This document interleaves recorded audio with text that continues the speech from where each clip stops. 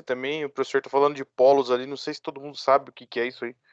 Precisa do motor 2 polos, geralmente é alta rotação, né? O motor de 4 aqui, uma rotação média, né? Então, e as rotações menores aqui, com o número de polos maiores. É inverso, né, o valor, tipo, 2 polos, 3.492. Por que é 3.492 aqui, então? Justamente por causa do escorregamento. Então, você consegue fazer esse cálculo aqui, pessoal? 120 vezes 60 dividido por 2, por exemplo. Aí vai dar um valor, né? Aí você multiplica pelo 1 menos... primeiro você tem que dividir 2%, né? Vai dar 0,02, né? 2. Aí, 1 menos 0,02. Aí faz essa conta. Aí o pessoal, na hora de fazer a conta lá, o pessoal faz errado e na prova sempre erra, né? Na prova sempre erra. Porque o pessoal vai querer... ele acha que sabe agora a fórmula, não, tudo bem. Na hora de calcular aqui, calcula errado, certo? Então depois tem um exercício para vocês fazerem, e ver se vocês vão conseguir fazer, né? Aí o escorregamento, o que ele é, na verdade? É a diferença entre a velocidade síncrona e a velocidade assíncrona, né? Então isso aqui é 3%, um cálculo que faz aqui 3%. Isso aí é só para vocês saberem aí. E com certeza vocês já viram isso tudo, né, pessoal? Só a gente está fazendo só uma revisãozinha aí, beleza? A questão do rendimento do motor também, ele é uma relação entre a potência de saída e a potência de entrada, beleza? Então você tem a potência de saída, que é o quê? Digamos que eu tenho no eixo lá, né? Na ponta do eixo, a potência que eu tenho na ponta do eixo. Só que a potência que a rede fornece, ela é geralmente maior, né? Aí se você for fazer um cálculo de potência de saída de potência de entrada, aí vai dar um valor aqui, ó. Tem um exemplo, tá? Supondo que o motor com potência mecânica de 750 watts e de potência elétrica consumida da rede de 903 e tal, calcule o seu rendimento. Aí você divide aqui e calcula o rendimento. Se você multiplicar por 100, você vai descobrir que o motor é de 83%, beleza? Eu coloquei isso aqui porque é um Viu, exercício. professor? Oi? Só passando, o pessoal não viu nada da parte de rendimento, parte de cálculo ainda da parte elétrica dos motores, nem de acionamento, tá? O professor Luiz ia começar isso daí veio tudo o que veio para fazer essa pandemia e Não, então, tudo assim, o bem. pessoal tá bem cru ainda. Mas essa formulazinha é direto, né? Olha só. Tipo o rendimento, né, que a gente tem, e a potência de saída, né? Dividido pela potência de entrada. O que é a potência de saída?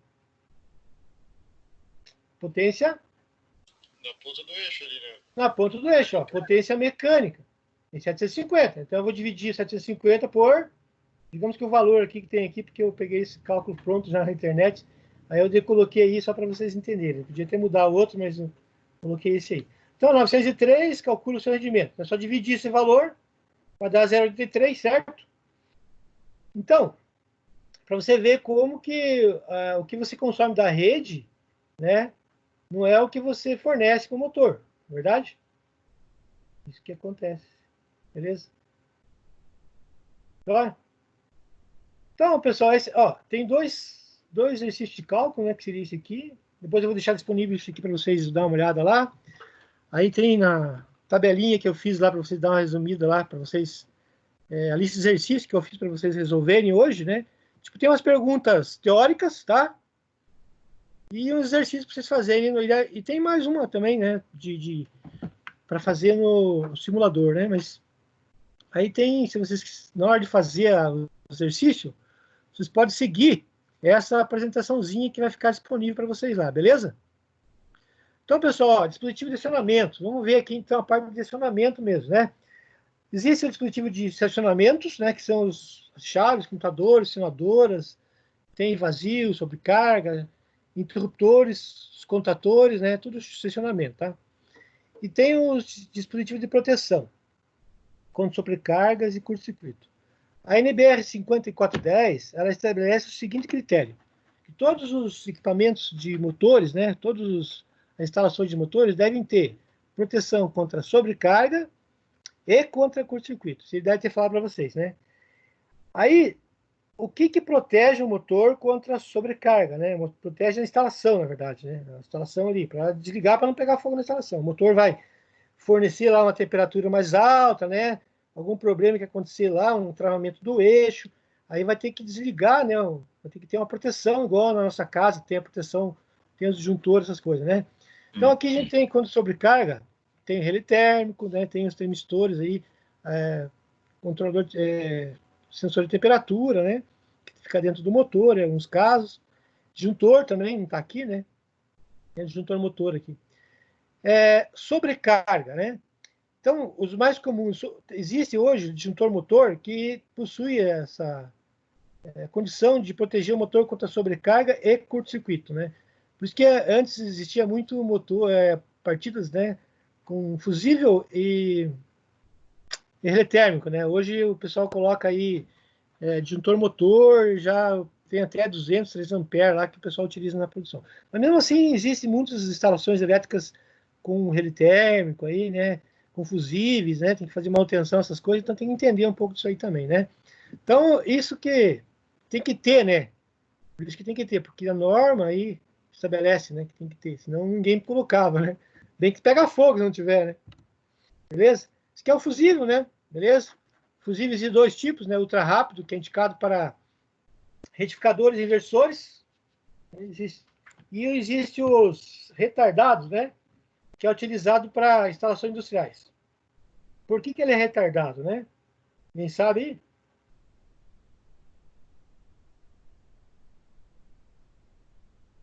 Por que ele é retardado? Para que não tenha a quebra abrupta da corrente de tensão em cima do componente. Senão ele não ia suportar, né? Também, sim, né? Ele ia romper lá com qualquer... Então ele suporta até uma partida, né? Então se você coloca um aqui, por exemplo, que é ultra rápido, ele vai danificar ali na hora, né? Aí tem aqui esse tipo D, né? Que tem essa identificação da cor aqui, ó. E tem uma tabelinha que eu coloquei aqui, ó. Tem a base, 25, né? Que vai até o 25 ampere de corrente e que tem a indicação amarela, beleza? Então tem as indicações desse tipo de fusível aqui. Esse NH, tem aquela chavinha ali para tirar, né? E tem um exemplo aqui, ó. Ele é NH porque tem essas duas palavras aqui em alemão, né? Beleza? Se alguém quiser falar aí, que fala alemão, pode falar essa palavra aí. Ninguém quis, né? Então tá, dois tipos de fusível aí, né? O NH é esse aqui, ó. 00 é de 4 a 160 ampere, né? O NH1 é de 50 a 250 e do NH2 é 125 a 400. Tá? E NH3 é esse aqui. Então aqui tem uma tabela que é da VEG. Não sei o que é aqui. Deve ser. Aí tem aqui algumas especificações, 50 ampere e tal. Aí a gente vai ver depois aí como é que faz o dimensionamento. Beleza, pessoal? Rapidinho aqui, então. Como você já falou que o professor já tinha falado alguma coisa sobre dimensionamento para vocês, né? Dimensionamento de fusível, né?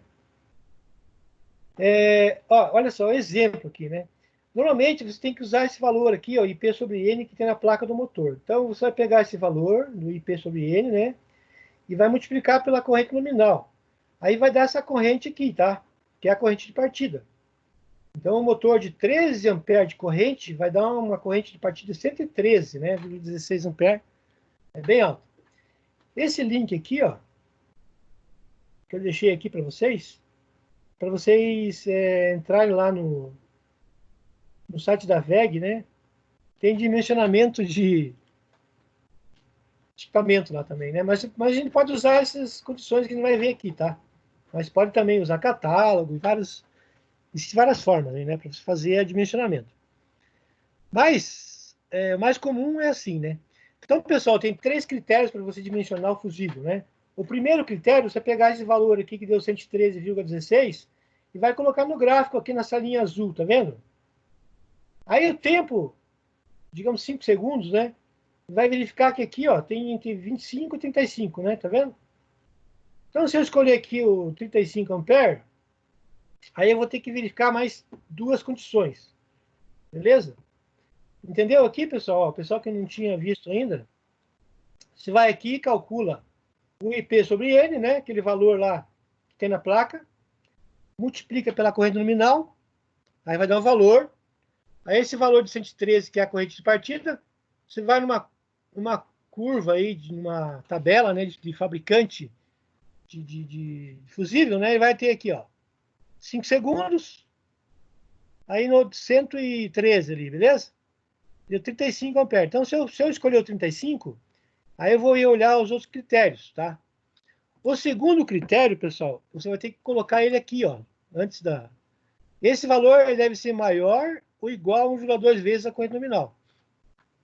É a partida direta, a gente está vendo, tá? Aí o que eu faço? 1,2 vezes 3,8, né? Deu 16. 16, ele é menor do que 35? Né? Então eu posso usar o 35 já. 35 eu posso usar. Aí a outra condição é para saber se o contator que eu escolher, porque na verdade tem que ter escolhido o contator primeiro, né? O primeiro contator é nominal, a corrente nominal, vezes o fator de serviço.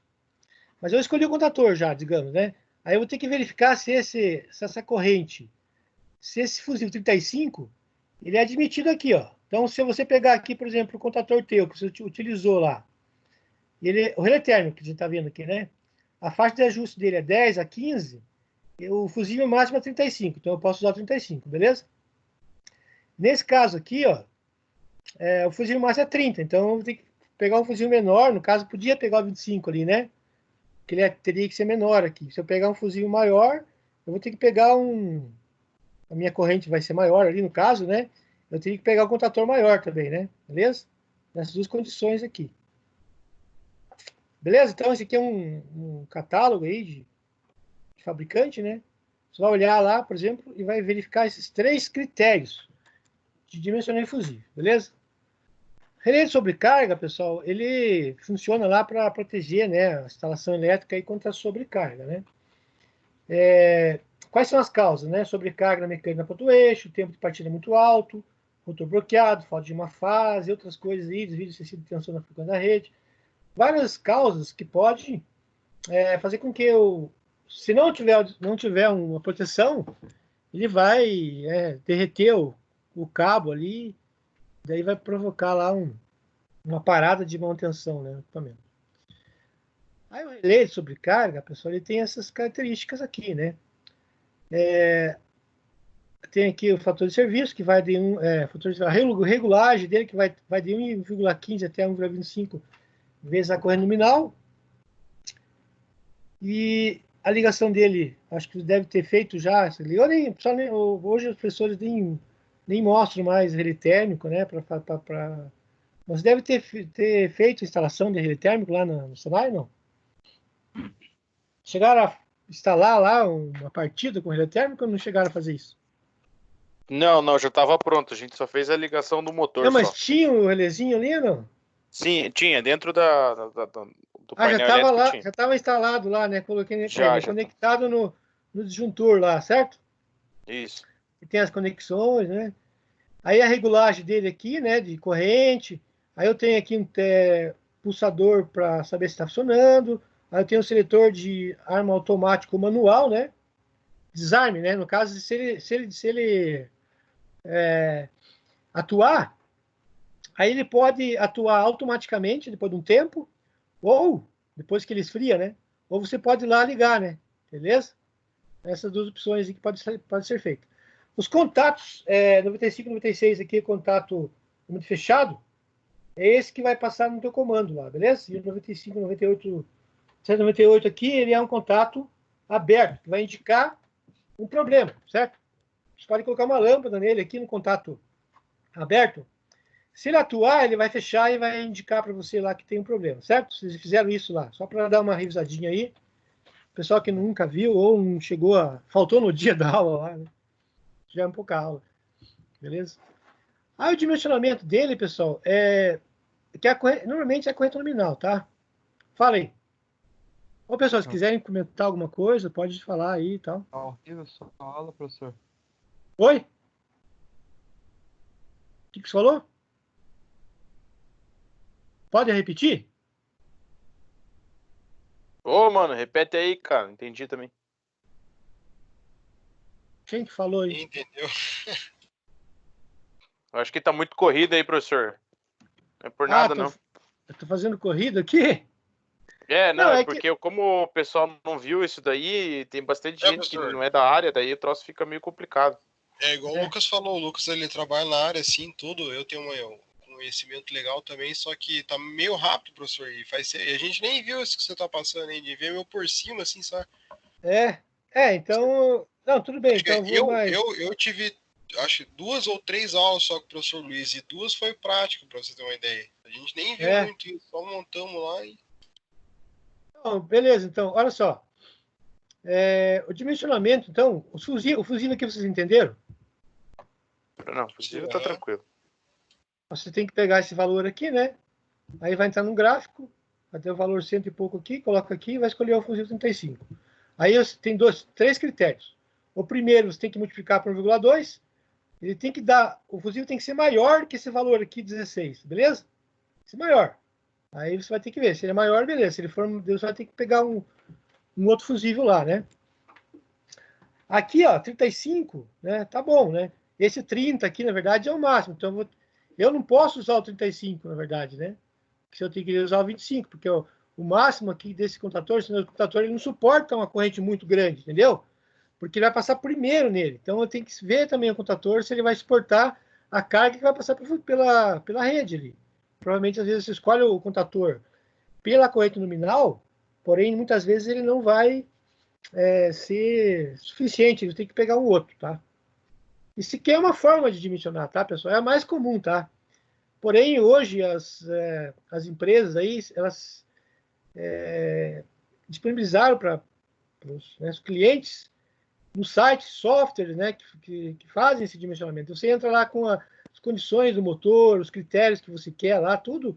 Aí ele já vai passar para vocês lá o modelo do contator que você quer, né? Você vai colocar relé térmico, se você vai pôr disjuntor motor, né? Tudo tá lá especificadinho e você compra deles daí, né? Fica mais fácil para eles, né? Mas aí, pessoal, aqui é uma ideia, tá, pessoal, para vocês saberem por que acontece isso. Por que você tem que pegar, por exemplo, aqui e colocar um fusível, né? Na verdade, para proteger o motor contra curto-circuito, né? Curto-circuito. E no caso o relé térmico é sobrecarga, beleza? Aí, passando por o relé térmico é um equipamento que vai proteger também a instalação ali contra a sobrecarga, quando você lá, por exemplo, tiver uma falta de fase, né? Ele vai aquecer ali, né, a parte do motor. Então, ele vai aumentar a temperatura. Como é um relé, o princípio do relé é o par termoelétrico, como os disjuntores, certo? O que ele vai fazer? Ele vai abrir lá, dilatar, né? E vai desligar o teu circuito. É isso aí que ele faz, o relé térmico. Aí, esse que é o relézinho, né, que você está usando lá. Que aí eu tenho as conexões dele aqui, né? Ó, o L1, L2, L3 é essas partes superiores aqui que você liga ele direto no contator, tá? A parte inferior aqui é que vai ligar no motor, que sai as 3 fases. E o contato fechado é ele, que na hora de fazer o comando, tá? Depois vai fazer aí um comando lá no CADSIMO. A gente vai usar aí no comando, vai colocar fusível, relé térmico, tudo para a gente entender lá como é que funciona, beleza? Aí, esse aqui é o relé de sobrecarga, né? Ou relé térmico, tanto faz, pode ser chamado assim.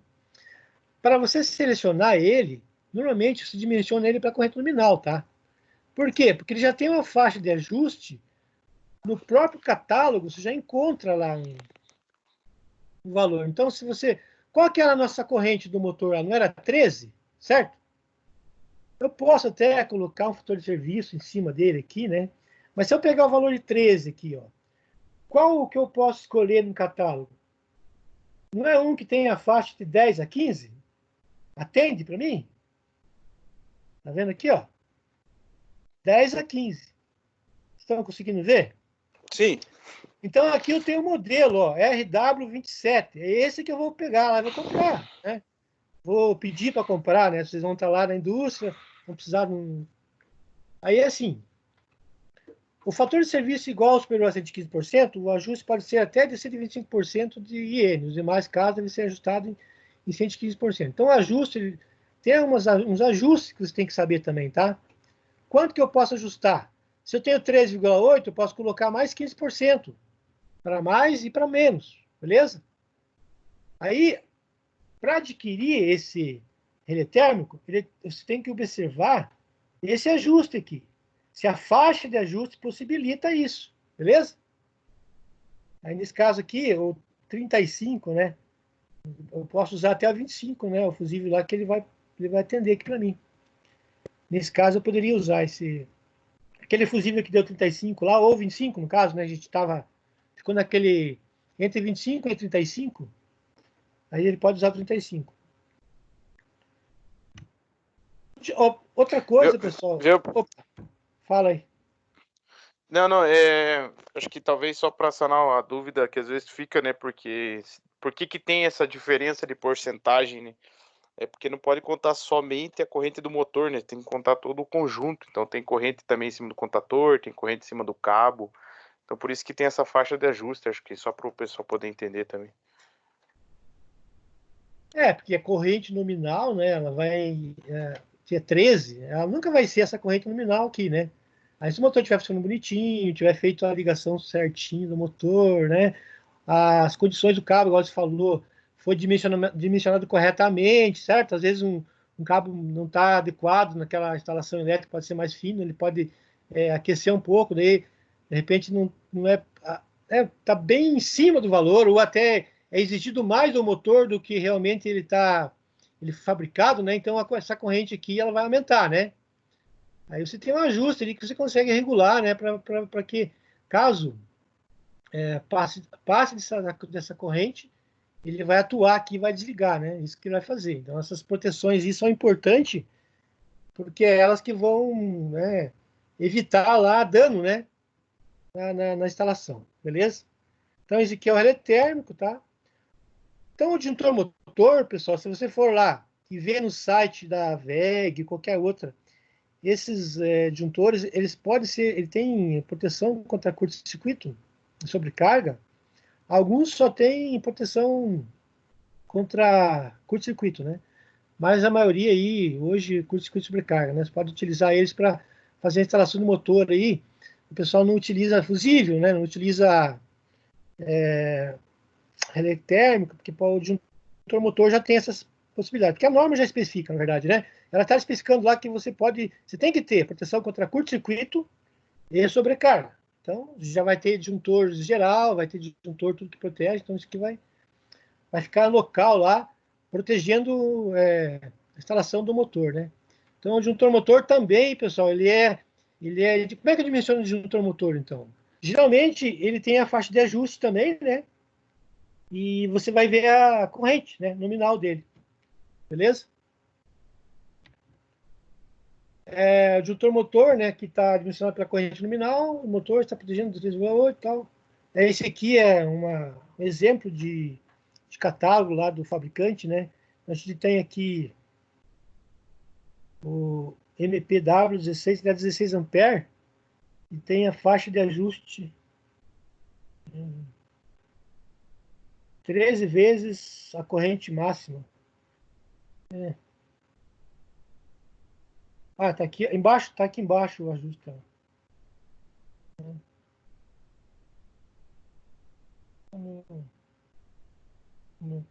Geralmente vai aparecer lá a faixa de ajuste, né, que você tem aqui você pode colocar no disjuntor motor, né? Beleza, então, olha só. Esses disjuntores, só coloquei aqui para vocês saberem, já estava, né? Falei, vou deixar aí, né? O disjuntor termomagnético, tá? Esse disjuntor aqui, ó. Tem aqui o monopolar, bipolar, tripolar. Esse disjuntor é usado lá em fazer instalação elétrica geral, né? Então, pode ter um desse que antes lá, protegendo toda a minha instalação, né? E ele tem também as curvas, né? Que como a gente está falando de motores, né? O B aqui, ele é para cargas resistivas. Então, se eu tiver estufas na indústria, se tiver alguma lâmpadas, né? Então, eu vou usar esse curva B aqui. Aí, não sei se vocês sabiam, tem essas curvas B, C e D.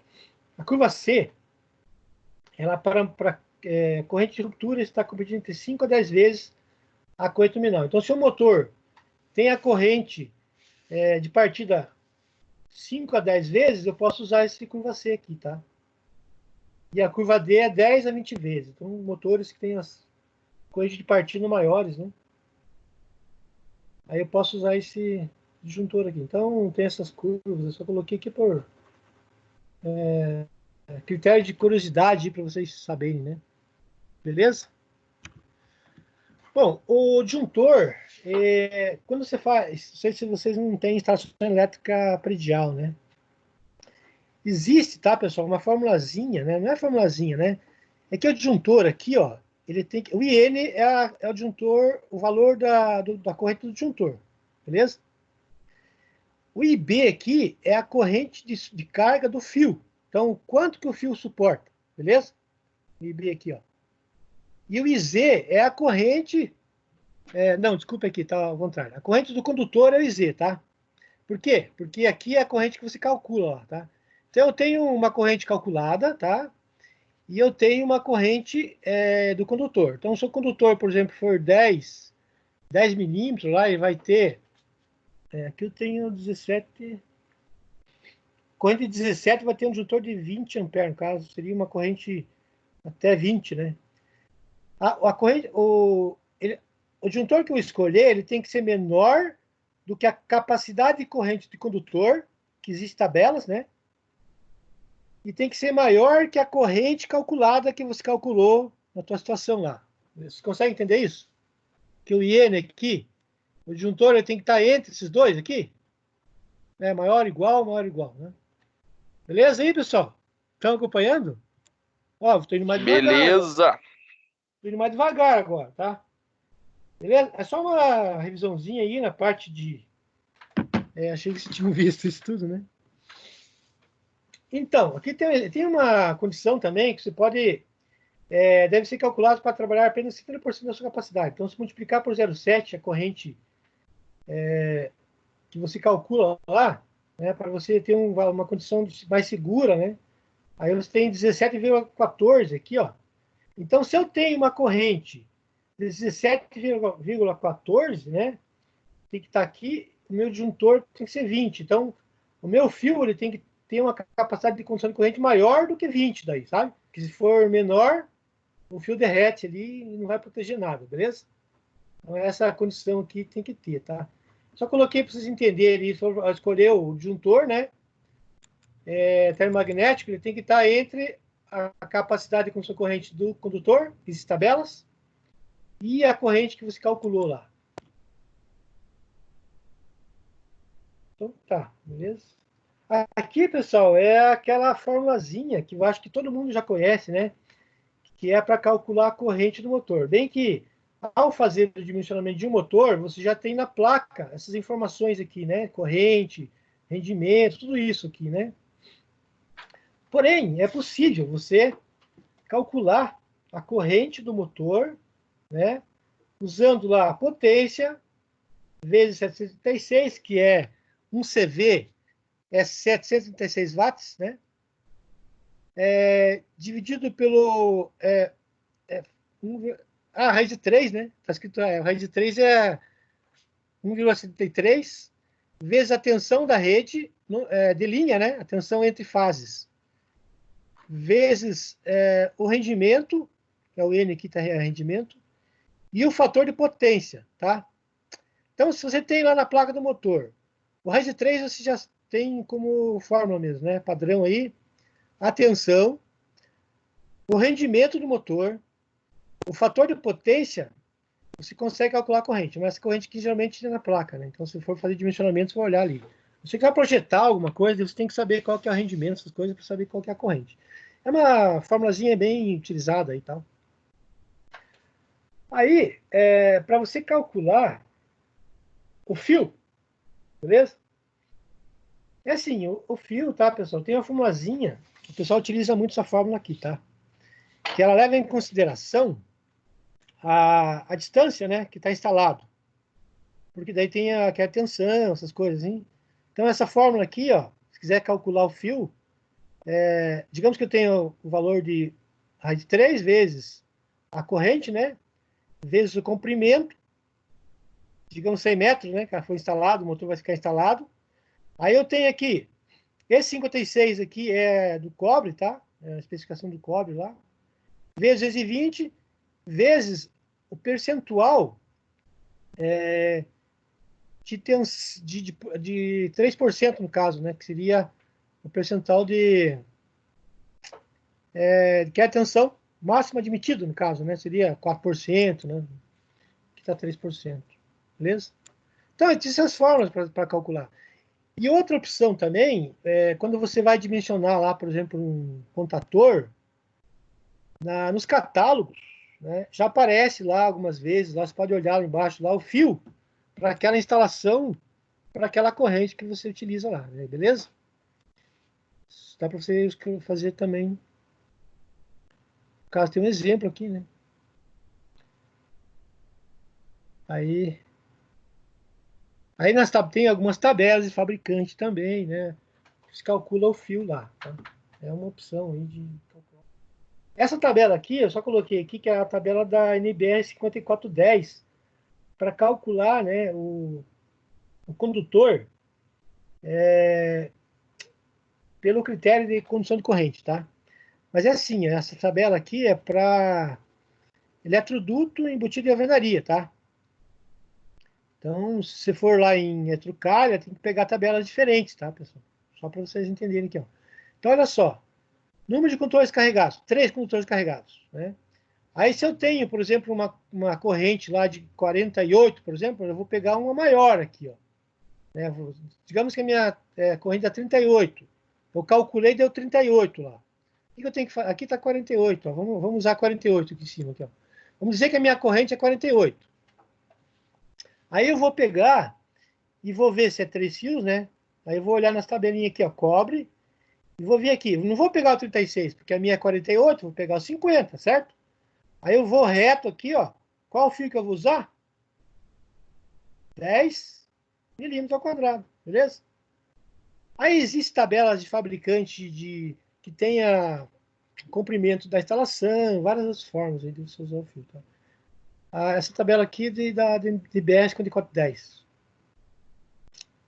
Uma possibilidade, né, de calcular o fio, tá? Também, esse relé de falta de fase instalado aqui, ó. Para que serve o relé de falta de fase, na verdade? Porque assim, ó, muitas vezes, quando falta uma fase, o relé térmico demora muito para atuar, tá? E algumas vezes nem atua. Então, é usado relé de falta de fase. Ele monitora as 3 fases, ó, instalação. Né? Ele é ligado nas 3 fases. Aí no contato aberto, por que aberto? Porque no momento que eu energizo o circuito, ele fecha, tá? Beleza? Então, se for ligar o relé de falta de fase, alguém já ligou já ou não? Relé de falta de fase? Sim. Já? Mas lá no Senai não, né? Não.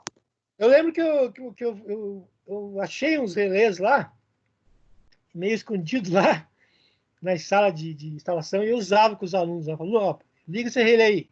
O pessoal usava. Tinha alguns que não estavam funcionando, sabe? Mas só para instalar, né? Nem mesmo que não funcione, mas é só para o pessoal entender como é que é, né? Que liga, né? Então, esse aqui eu coloquei, ó. É difícil ligar ele? Dá uma olhadinha, o pessoal que não está acostumado com. Então, vocês têm que. Ele monitora as 3 fases, tá vendo? L1, L2, L3, que é aqui na parte superior, né? Esse aqui é na parte inferior que liga. É RST. Depende do modelo, né? Esse aqui, ó, RST, vai ligar nas 3 fases. E você vai ligar ele no contato aberto. Tá vendo? Só tem um fechado também, né? De repente, para indicar aí que está parado, né? Alguma coisa assim. E o comando vai passar por ele. Beleza? Ó, tá vendo aqui, ó? Então ele vem para a botoeira. Da botoeira aberta vai para uma chave de disjuntor termomagnético, né? Aí ele vai lá pro relé de falta de fase. E daí do relé de falta de fase vai pro contator. Tá vendo? C1 aqui, a gente tá falando. Tem algumas nomenclaturas aí de C1, a gente usa K, né? Não sei se vocês aprenderam professor Luciano colocou lá, você usar K1, né? Aí essas normas, elas são meio complicadas. Então, hoje existem algumas normas alemã e europeia, né? Hoje existe a comunidade europeia que estão fazendo normas, e algumas normas que tinham tipo, a alemã, por exemplo, né? Por exemplo, estão deixando de usar, estão usando a norma europeia. E as normas de simbologia, existe um monte, né? Depois eu acho que mais para frente ali tem um slide ali sobre isso. Mas a recomendação aqui da BNT, né, que utilize a norma do Comitê Internacional de Eletrotécnica, né, o IEC. Acho que até tem aqui, quer ver?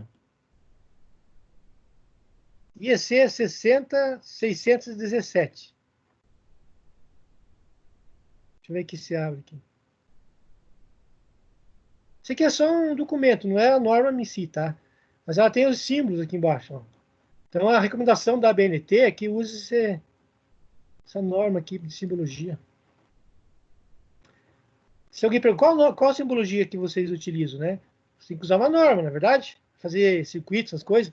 Então, essa IEC aqui, 60617, que ela é utilizada aí. Até, inclusive, tá vendo aqui, ó, simbologias, contato aberto, esse aqui está em espanhol. Contato fechado, tem outros, relé de sobrecarga, né? Caso contato de sobrecarga, botoeira. Tem algumas mudanças, diferença assim, em relação a algumas normas. Mas tem um botão, tem uma setinha, algumas coisas, né? Mas o pessoal vai ter que ir acostumando aí que existe várias computador é assim mesmo. Ó, disjuntor motor, tá vendo? A simbologia que nós temos aqui, pessoal, ó. Deixa eu parar aqui. Essa simbologia aqui são praticamente a IEC, tá? Então, o pessoal que utiliza aí o CAD-Simo, aprende bem a usar aí e usa a simbologia correta, tá? Beleza? O dossiê que nós temos lá na BNT é mais para norma de predial, tá? Mas ela também especifica que os símbolos gráficos para instalações prediais também, aqui embaixo ela fala alguma coisa sobre industriais, né? Ela fala o seguinte, ó, a norma de símbolos gráficos referente a instalações prediais, ela foi cancelada, tá vendo aqui, ó, cancelada. Motivo do cancelamento. Atualmente o setor, todo mundo do setor elétrico utiliza símbolos da database IEC 60417 e da IEC 60617. Então, se você quiser usar a simbologia, tem que ser essas duas normas aqui, tá? Só para medida de conhecimentos aí, para vocês ficarem sabendo aí, né? Se um dia alguém perguntar para vocês, vocês já sabem que tem a norma internacional de simbologias que a norma brasileira nem tem mais, tá? Simbologia, beleza? Isso aqui é um relé sobre tensão e subtensão, né? Ele calcula a tensão, uma tensão regulada, né? Algumas vezes pode utilizar ele, só para vocês saberem que existe, né? Essas condições. Eles operam com baixa tensão e com alta tensão, respectivamente, fazendo com que desenergize a rede nessas condições. E você sabe que uma tensão 3% abaixo do nominal, né, ela pode danificar aí o motor, né? Porque o motor ele trabalha com uma tensão regulada ali, né? Tipo, se ele tiver com 3% abaixo, ele vai aquecer, ele vai aumentar a corrente. Então, se a tensão aumentar 3%, a corrente vai aumentar 10%, por exemplo. Isso vai danificar. Então, esse tipo de relé aqui, ele vai monitorar essas diferenças de tensão aí, tá? Por que acontece uma queda de tensão na rede? Dimensionamento, né? O pessoal vai instalar o motor uma distância incorreta, né? Não uma distância incorreta, né? Mas ele dimensiona os cabos como se tivesse dimensionado no condição local e vai aquecer o cabo e vai dar aquela tensão, né? Você sabe disso aí. Acontece.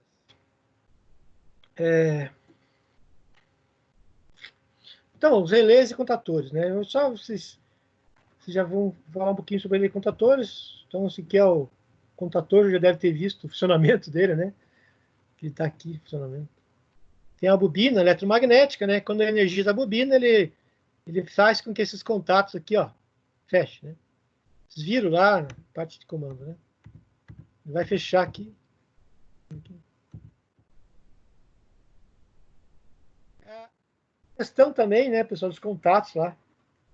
Isso que eu explico pro pessoal que nunca viu, né, contator, nada. Aí eu falo para ele que é a bobina, que tem o contato no aberto, no fechado, essas coisas. Mas vocês já estão dominando isso aí, vocês já trabalharam muito com isso aí, né? Tem os contatos abertos, os contatos principais do motor, onde você vai ligar ali o motor mesmo, né? Aqui que vai o cabo, que você tem que dimensionar, né? Aqui, as condições de comando, o cabo não precisa ser tão rigoroso, né? Tem um valor limite lá, tipo 1 milímetro ao quadrado, né? Que o pessoal utiliza na indústria. Hein? E aqui tem que ser dimensionado mesmo. O cabo tem que passar por aqui, é o cabo, aquele que tem que ser dimensionado lá que a gente viu. Tá? Os contatores de comando, de força, né? Aí tem aqui uns exemplos, já deve se conhecer. Há uma coisa importante relacionada à questão do dimensionamento, tá? Quando você vai escolher o contator, você tem que saber qual que é a categoria, certo? Normalmente, para motores, ó, se utiliza esse AC3. Porque assim, vai estar lá escrito lá no catálogo, AC1, AC2, qual que você vai saber? Não sabe, né? Então, o AC3 aqui, ó, é utilizado. Pode observar, nos contatores, vai ter identificação lá, AC3. Serviço normal, manobra de motores com rotor de gaiola de esquilo, né? Bombas, ventiladores, compressores, desligamento de regime. Aqui, ó, AC4, manobras pesadas. Acionar motores com carga plena, comando intermitente, pulsatório, reversão em plena marcha, paradas por conta corrente, pontes rolantes, tornos. Tá vendo aqui, ó, AC4. Tem as condições aqui. Então, se vocês quiserem, depois vão ficar disponível para vocês ali. Isso que também eu peguei em catálogo aí, né? Saber que existe essa diferença aí dos contatores, tá? É um relé normal aí, vários relés. Coloquei um relé. Que é o pessoal que nunca viu o relé na vida, né? Daí eu explico para ver como é que funciona. Vai. Então o relé está desligado. Opa, vou voltar aqui. O relé está no momento fechado, em condições de desligado. Se eu fechar essa chave aqui, né? Fechei a chave, ele muda o contato para. E liga essa lâmpada aqui. Aí se eu voltar, ele desliga, beleza? Tecnologia aqui do. Brincadeira. Então, essas simbologias, uma comparação entre as normas, tá vendo? Tem a ABNT, né? Ela já está dizendo que nem fabrica norma de simbologia mais, que é para usar a IEC, né? A DIN, né? Norma alemã. Essa a NSI aqui, nem sei quem que é, de onde que é. Tem a IEC. Então, são tudo parecidas, né? Muda algumas coisinhas. Que, na verdade, um fez a norma, outro copiou e mudou alguma coisinha, né? Então, o pessoal está usando a IEC, tá? Se perguntarem aí. Então, tem aqui as simbologias. Essas simbologias aqui eu tirei lá do Cadicimo, tá? E daí, pessoal, tem mais algumas simbologias aqui também. Uma partida direta. Quando aumenta aqui, ele sobe um pouquinho do negócio. Olha só, partida direta. Essa partida direta aqui está usando disjuntor motor, né? Contator e um rede de sobrecarga. Tá? Esse aqui com certeza vocês já fizeram lá, né? Esse aqui que é o selo, né? Tá vendo? Se não tivesse selo aqui, ó, aí você ficar pressionando o botão para ele funcionar. Peguei da sala de elétrica lá. Que tem uma ligaçãozinha de um motor. Tem o disjuntor motor, ligando o contator, né? E o motor aqui ligado. Ligação. A parte de comando está passando por um relé de falta de fase aqui, ó. Aí tá vindo aqui. A boteira, da boteira vai para outra boteira, vai lá, vai para o A1. Vai lá para o A1, né? Aqui, ó. A1 está ao contrário. Vai para o A1 e do A2, seria, no caso aqui, está trabalhando com 280, 380 entre fase e fase, se eu medir aqui o R e o S, vai dar 380. Se eu medir no neutro e numa das fases, vai dar 220, tá? Caso que só para vocês saberem aí, né?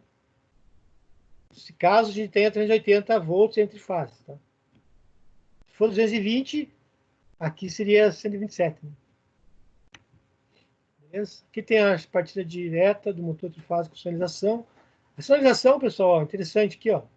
Depois eu vou fazer um trabalhinho para vocês lá, para vocês fazerem, tá? Essa lâmpada aqui, ela vai acender quando o K1 energizar, certo? Então, e essa aqui vai acionar quando vai desligar quando o K1 ligar, e essa aqui vai ligar quando? Vou perguntar para vocês, essa lâmpada, quando ela acende? H3 aqui. Alguém sabe responder? Painel energizado. Não, olhe bem de onde que ela está vindo lá. Essa aqui, ó. Espera aí. Não essa aqui, ó.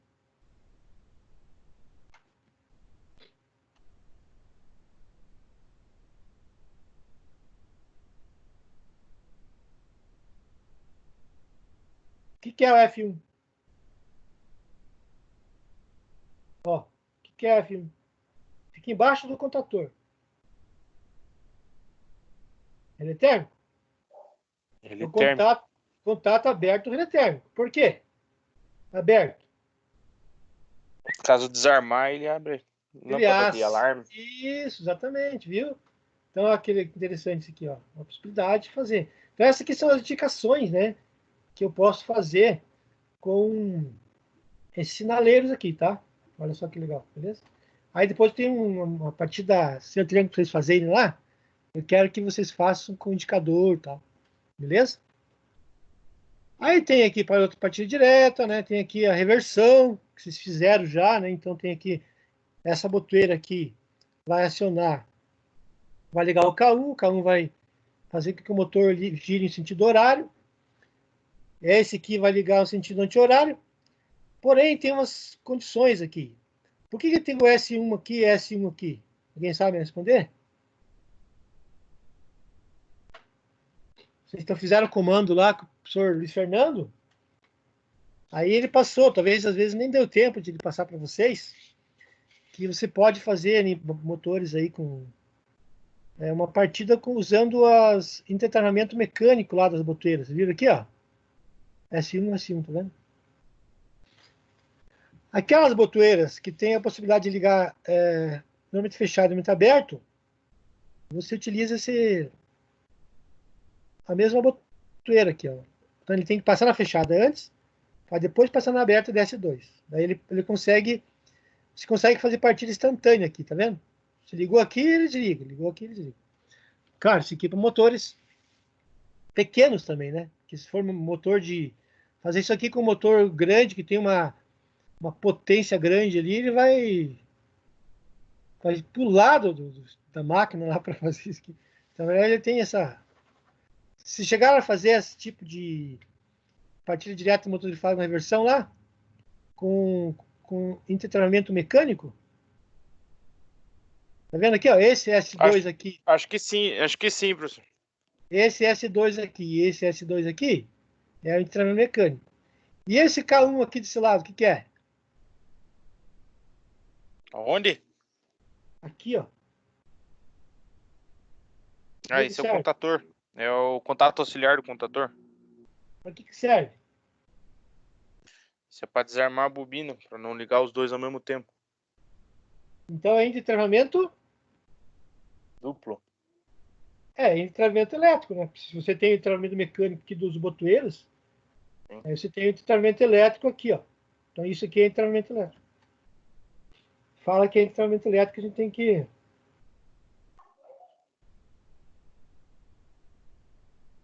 quem que mandou isso aqui?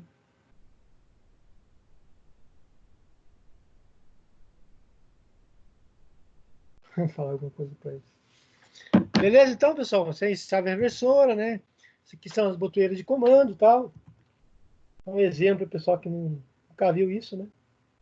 A questão aqui da botoeira, que eu falei de travamento lá, né? Eu tenho aqui a botoeira no lado NA e NF, tá? Daí você utiliza os dois lados no comando lá. tem a indicação aqui, pessoal, que eu utilizo indicando de botões, né? Conforme IEC lá. O vermelho, esse aqui a gente está falando de botões, né? Botoeiras. O vermelho é para desligar, né? Emergência. O verde é para partir, ligar, pulsar, né? O amarelo é uma botoeira de intervenção. Ou o azul aqui, qualquer função em seta acima, azul e branco. Só para vocês saberem por que usa botoeira vermelha para parar, né? Tinha uma norma, né? Fala sobre isso, tá? E os sinaleiros, pessoal. O sinaleiro também tem indicação de cor, né? O vermelho para que é? Condições de perigo, né? Normais, o alarme.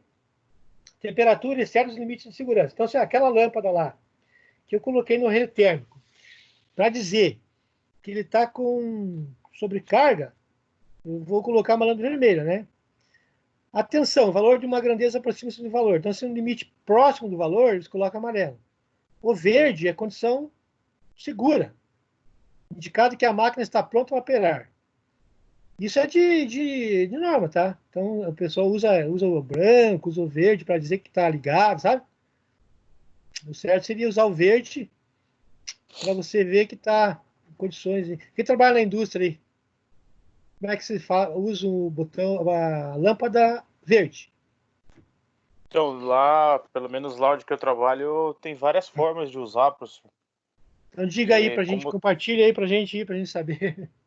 Então, a luz verde depende muito do local onde onde ela está localizada, por exemplo.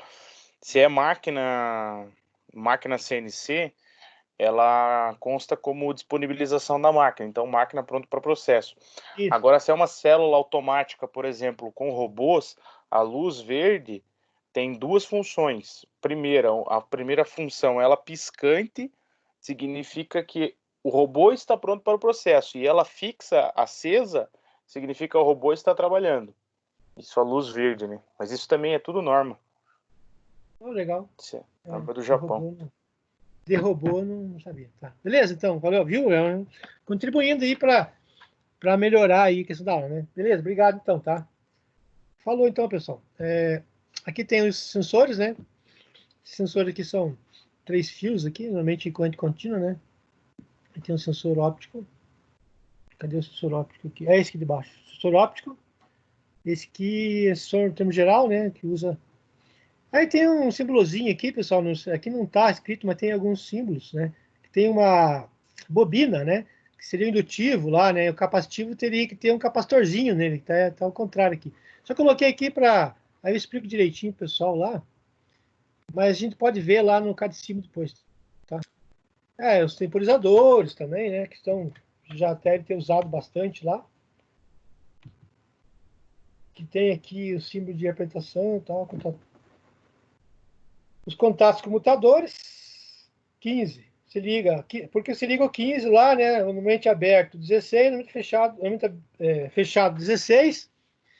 E normalmente aberto se liga o 18. Então, se quiser, lá na hora de montar na prática, vocês lembravam que vocês tinham que usar o 15 e 16 lá, né? Para que no momento que ele desse o tempo, ele abria, né? Ou no caso do 18, para fechar, beleza? As conexões dos temporizadores, os contatos dos temporizadores, né? Ele tem essa simbologia aqui, tá? Então, esse é retardo na energização, a bobina dele. Você vai alimentar o A1 e A2. E o retardo na desenergização, ele tem essa diferença aqui, ó. Beleza? Então, se você olhar lá, aparecer num comando, né? Esse tipo de símbolo é um retardo na desenergização. Quando desliga o circuito, ele atua aqui, né? Ele começa a contar, daí ele, por um tempo, ele abre, tá? Funciona assim. E aqui, quando você aciona o A1 e A2, ele começa a contar, daí ele fecha esse e abre aquele lá. Então, aqui tem um exemplo, ó. Como que pode ser utilizado? O que acontece nesse comando aqui, né? Eu ligo a lâmpada, ao mesmo tempo que a lâmpada energiza aqui por um contato aberto do K1, ele vai energizar também a minha bobina e vai energizar paralelo aqui, ó. Eu tenho o temporizador. Ele vai contar o tempo, Aí quando ele der o tempo, ele vai abrir aqui, ó, né? Comando de temporizadores, tá? Aí tem uma partida consecutiva de motores aqui, né? Sensores capacitivos aqui, ó. E vai acionar. Caso tenha algum esteja instalado, né, algum equipamento, alguma coisa, ele vai detectar lá e vai, se ele tiver, na verdade, esse aqui é fechado, né? Esse aqui é aberto. Esse que é fechado vai desligar e esse aberto vai energizar o meu circuito novamente aqui, tá? Aí tem uns contatos dos temporizador, quando ele acionar, ele liga aqui, quando ele der o tempo, liga aqui, quando der o tempo, liga aqui. Tá? Pode ser uma partida consecutiva de motores aí, né? Para relembrar. Aí tem aqui o diagrama de força de comando estacionário do sistema de partida de motor alternada de chave compensadora. Chave compensadora. Ó, aqui a gente vai falar também, pessoal, que a gente vai ver também depois, se der tempo aí, quer dizer, na verdade o Luiz Fernando falou que não passou para vocês, né? O certo seria a gente trabalhar isso aí lá na prática, né? Que são os inversores de frequência. Aí os inversores de frequência, né? As chaves eletrônicas, elas substituem essas partidas aí que a gente vê no dia a dia, no caso aqui, chave compensadora, né? Essas coisas mais antigas aí. E estrela triângulo, mas ainda existe muito aí, né? Mas você pode usar lá soft start, inversor de frequência, essas coisas para substituir essas partidas. Né? Isso aqui é a chave compensadora. Aí, geralmente, quando dá tempo lá nas práticas, aí a gente faz junto lá com os alunos. Entender, né? Ele parte com uma tensão reduzida a 80% ou 65% no caso aqui. Né? Pode usar as duas. Aí ele partindo com uma tensão reduzida, ele consegue reduzir também a corrente, né? De partida do motor. Como acontece com a estrela triângulo, né? Que ele parte com uma tensão reduzida lá. Acho que não tem aqui lá. Tem. Aí tem a estrela triângulo também, depois eu vou mostrar para vocês. Parte com a tensão reduzida, né? Bom, os motores, pessoal, eles têm a possibilidade, principalmente os motores de 6 terminais, eles têm a possibilidade de ligar em estrela, né? E ligar em triângulo, tá? Então tem aqui as duas ligações. Se eu medir a tensão entre tensão de linha, né, que fala, tensão entre as fases, tá vendo? No caso aqui é 380. E cada bobina dessa aqui, ó, vai ser 220, né? No caso aqui, ó, 220. Né? Se eu medir a tensão numa bobina, vai ser 220. Quando eu ligo o motor em estrela, eu consigo reduzir a corrente, né? Que passa para energizar o motor. E a corrente fica mais baixa, possibilitando que eu consiga reduzir a corrente de partida. Estrela triângulo, hein?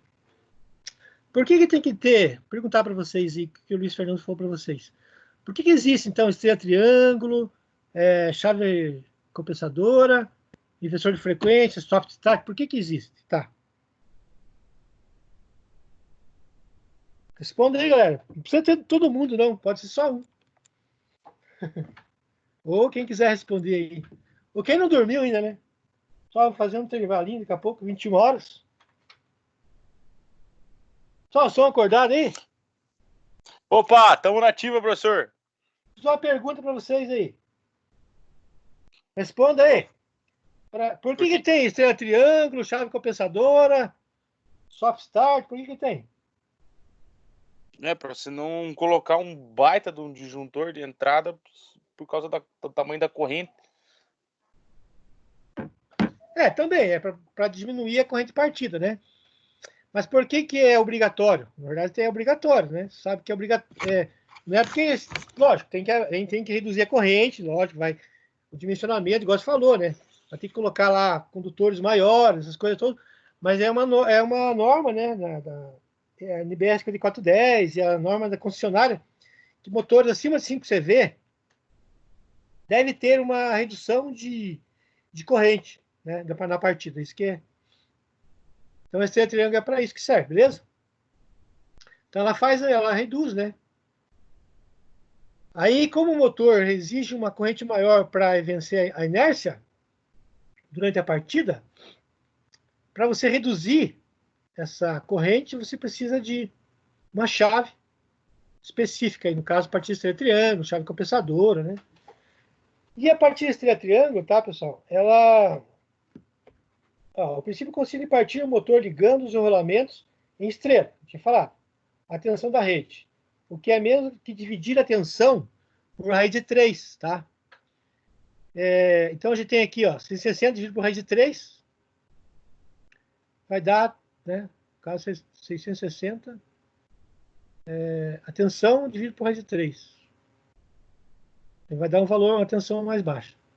O pico da corrente da partida é dividido por 3 também, né? 1,5 a 2,6 vezes a corrente nominal. Então, o pico da corrente de partida é dividido por 3. Tem umas teorias aí, depois você dá uma lida, né? Então, aqui, pessoal, é a partida de triângulo, tá? Só para vocês lembrarem aí, lembram? Existem várias formas, esse aqui é a convencional aí, ó. Tá? Tem aqui os fusíveis, né? O óleo térmico, disjuntor. Primeiro disjuntor, faz essa aqui lá no caderno depois para vocês. Beleza? Dá uma ligação no motor. Ah, não, esse aqui é o motor da Lânia já. Deixar para outro dia daí, tá?